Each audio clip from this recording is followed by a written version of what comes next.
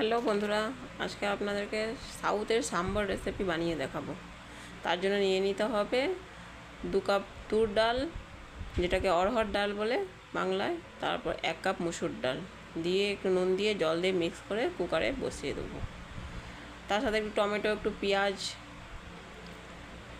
Mix করে নেড়ে চেড়ে নুন দিয়ে বসিয়ে দেবো।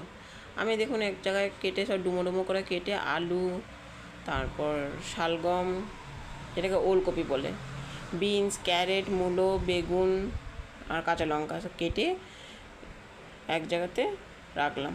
তারপরে দিয়ে একটা কড়ার মধ্যে অল্প তেল নিয়ে সব আলাদা আলাদা করে আলু আলাদা, শালগম আলাদা ভেজে নিলাম। তারপরে ক্যারেট, বিনস আর মূলো তিনটাকে একসাথে ভেজে নিলাম। দেখুন কি সুন্দর কালার লাগছে, যেরকম জাতীয় পতাকার কালার হয় সেরকম। তারপর আমি সজনে ডাঁটাটাও ভেজে নিলাম।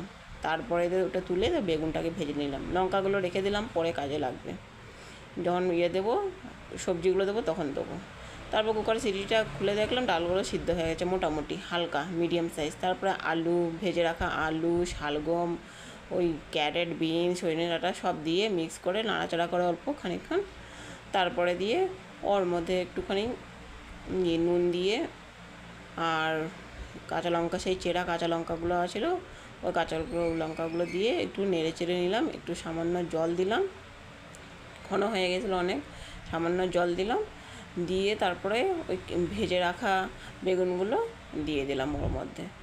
তারপরে নেড়ে চেড়ে তারপরে ওই যে কুকারের সিটিটা বন্ধ করে 2টো সিটি ফেলবো। তার মধ্যেখানে দেখিয়ে দিয়ে আমার বড় মেয়ে বানিয়েছে 2 জোড়া কানের টিচার্স ডেতে গিফট দিবে বলে। এবারে সিটি পড়ে গেল। এইটা দেখুন, এইটা হলো মেন সাম্বরের মশলা। আর সিটি 2 সিটি ফেলে দিলাম। ফেলে দেওয়ার পর তারপরে দিয়ে একটা হাঁড়ি নিলাম, নিয়ে একটু তেল দিয়ে ওতে জিরে, কারি পাতা, সর্ষে, শুকনো লঙ্কা, রসুন সব দিয়ে একবারে ফোড়ন দিলাম। এবার ওইটাকে সব একসাথে, তারপরে রসুন দিয়ে দিলাম, সব কিছু দিয়ে পেঁয়াজ দিলাম, দিয়ে একটু নাড়াচাড়া করে একটু গাঢ় হয়ে যাবে।